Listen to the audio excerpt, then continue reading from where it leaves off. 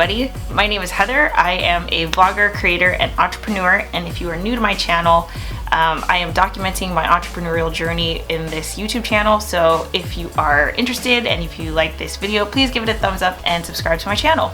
So in this video, I'm going to be talking about my top 10 tips for visiting Iceland.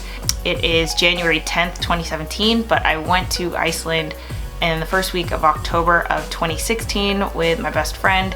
And if you want to see videos that I've already done on Iceland, you can click this. There's a playlist of all the videos I've done, including a packing list on what to bring to Iceland. So these tips are just things that we noticed while we were there.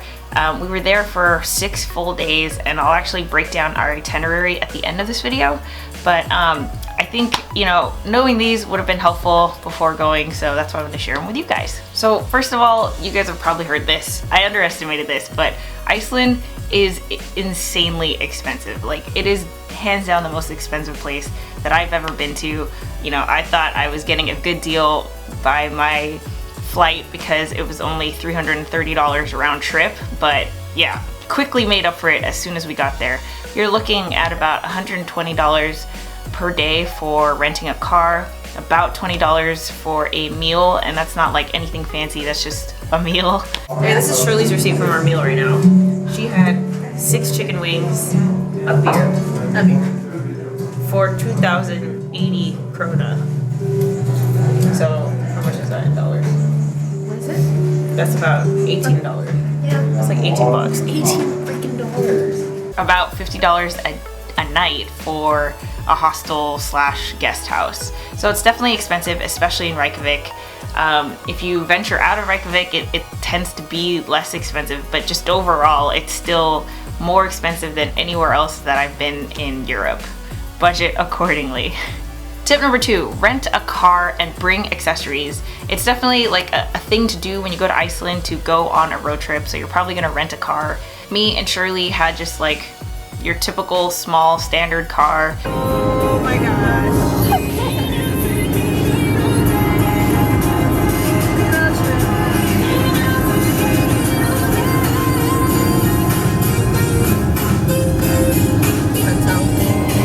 It is more expensive to rent an automatic, so I think most people in Europe drive stick shift, but here in America we tend to drive automatic, so it's more expensive for that. But definitely bring accessories for your car and for your road trip, like a car charger and some good music. Tip number 2, the food was surprisingly very American. There was a lot of soups, which was so delicious. Their soups, they always have soups like everywhere, and they have a lot of bread as well. So I love soup and bread, so I was very happy, but you know, there wasn't anything like too exquisite or fancy. I did see some stuff for like puffin, which I don't think I would ever eat. Not happening. And like whale, which I would never eat, and shark, which maybe I would eat, but you know, you have to like go find those places. So at most places it's pretty, you know, typical American fare. Tip number 4, it is very windy. At least when we went in October, it was like 50-mile-per-hour winds.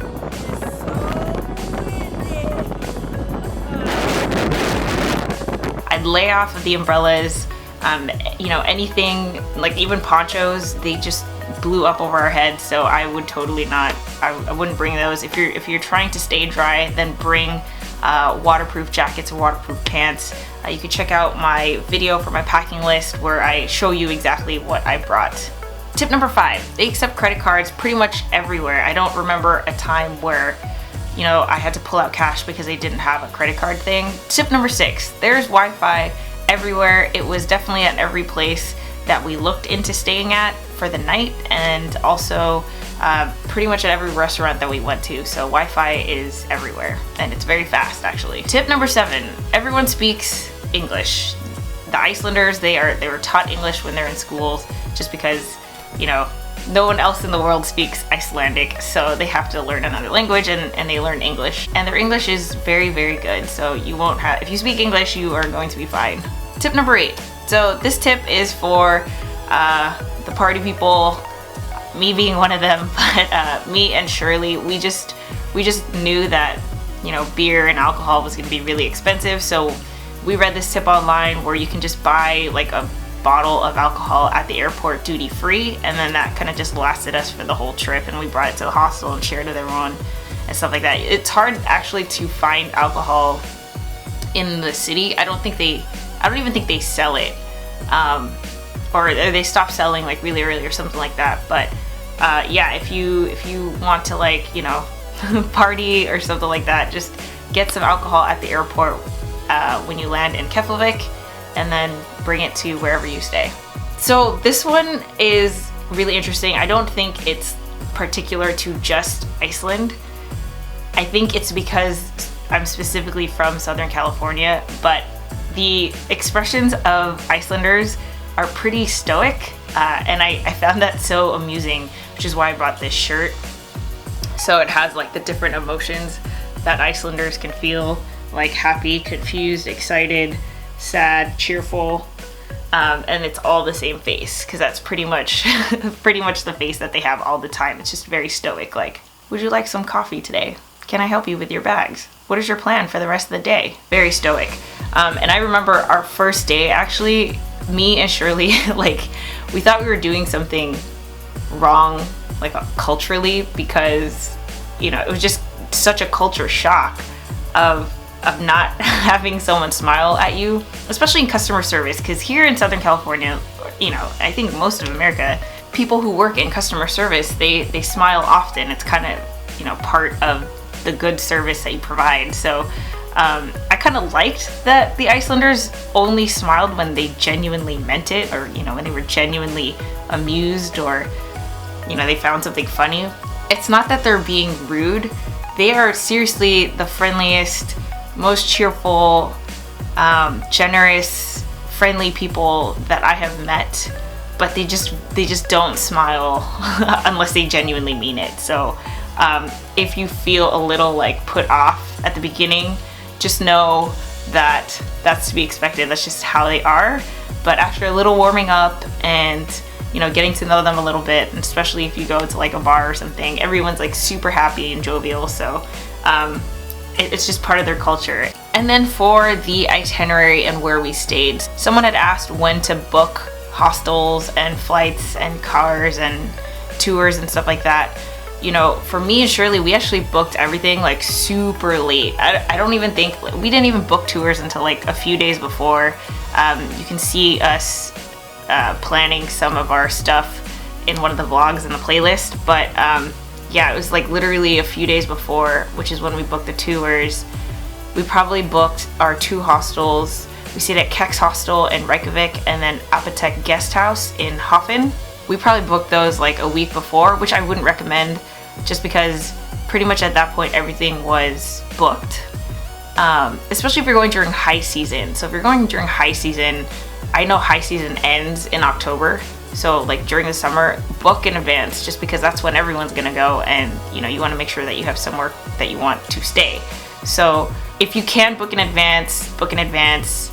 We just lagged, so it is what it is, but we love the places that we stay, so I would definitely recommend them. The one thing that I would definitely recommend to book in advance is a massage at the Blue Lagoon. And I can't tell you how a massage at the Blue Lagoon was, because they were totally booked for our entire trip. So, you know, that was our bad for not booking in advance, but I heard that, you know, the one thing that you're supposed to do in Iceland is to get a massage at the Blue Lagoon. Not only to go there, but to actually get a massage. So we went, and it was so much fun. It was a great time, and it was like, you know, a spectacular place to visit, but we did not get a massage. And, you know, looking back, I can't compare to actually having gotten one, but it was so windy and so rainy, and from what I understood, they do the massage like in the lagoon. But it was so windy that like the rain was like slapping our faces. So I don't know how it would have been if we had gotten it, but I just know that that's like one of the things that you're supposed to do. It is very expensive, but it's supposed to be like life-changing. So definitely book that in advance if you want to like check off the must-do in Iceland. For the cars, that was easy to book. We didn't, you know, you could have even booked that the same day. But then again, you know, we did go during the start of low season, so that's just something to keep in mind.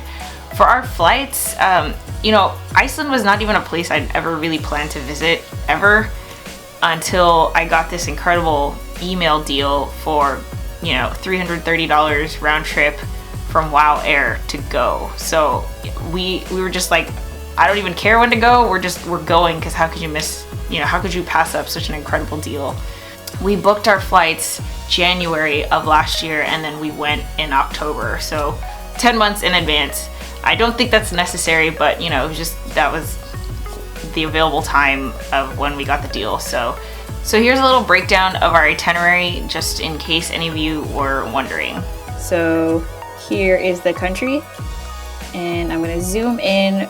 We focused our stay mostly on the south end of the country. So we flew in super early on a Wednesday to Keflavik, which is the international airport. So that's right over here. And the first thing that we did was we went to the Blue Lagoon. So the Blue Lagoon is really close to Keflavik. So a lot of people suggest either doing it first thing or doing it last thing as you're going back to the airport and flying out. And then we headed over to Reykjavik to check into Kex Hostel, which is where we stayed. That's Kex, K-E-X Hostel. And we stayed at Kex Hostel for Wednesday, Thursday, Friday, and Saturday night. So 4 nights there. On Thursday, we did the Golden Circle road trip, which is like this area here. I put this icon of a car since it was a road trip. But on Friday, we spent most of the day exploring the city of Reykjavik. So there's a lot of stuff to do there. You know, we did a lot of walking in like the downtown area, and then we just stuck around in the hostel for the evening and then went out to check out the nightlife, which was super fun. And if you haven't seen my vlogs on the nightlife in Reykjavik, check them out because they're funny. For Saturday, we did the cave tour. It's the, I think I might be saying this wrong, but it's the Leonarendi cave tour with Extreme Iceland, and that's here. This icon of the hiking people, and then went out to check out the Saturday night nightlife in Reykjavik. For Sunday, we took a super long road trip down the south coast.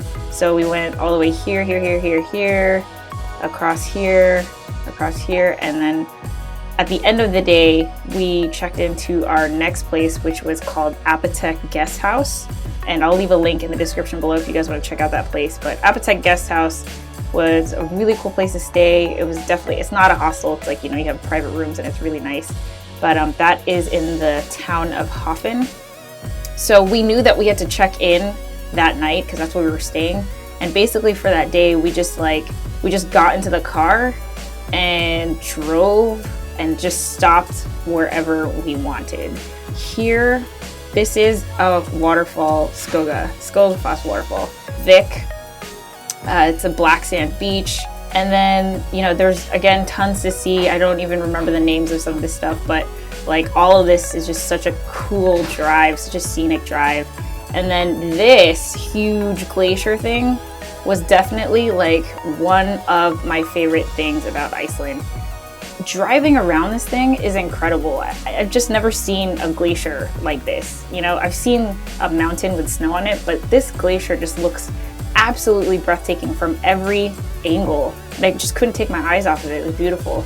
But right here, this was probably my favorite thing ever on the whole trip. I'll zoom in. So right here, this little pin, I'm not even going to try to pronounce that, but it is called the Glacier Lagoon.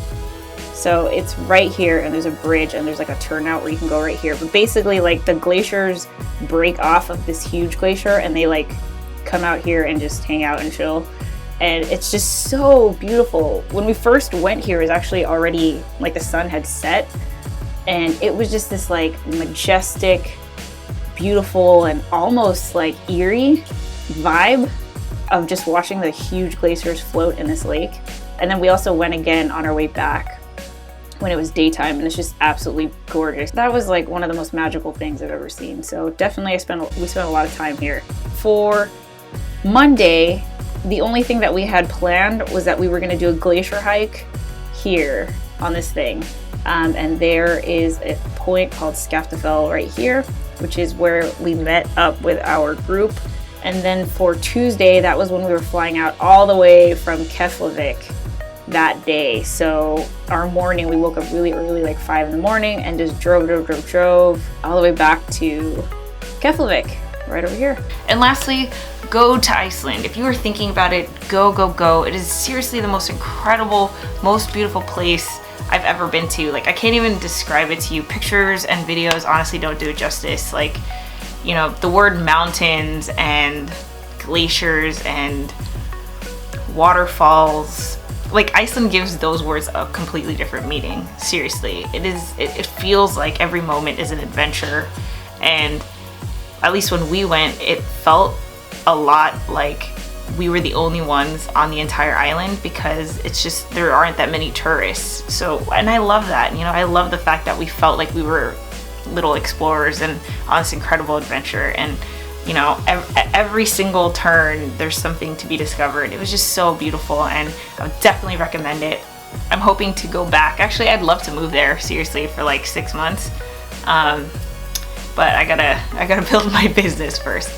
Anyway, I hope you guys found those tips helpful, and if you have any other questions, feel free to ask them in the comments below. I respond to everything. If you guys are going to Iceland, have a wonderful time, and I will catch you guys later.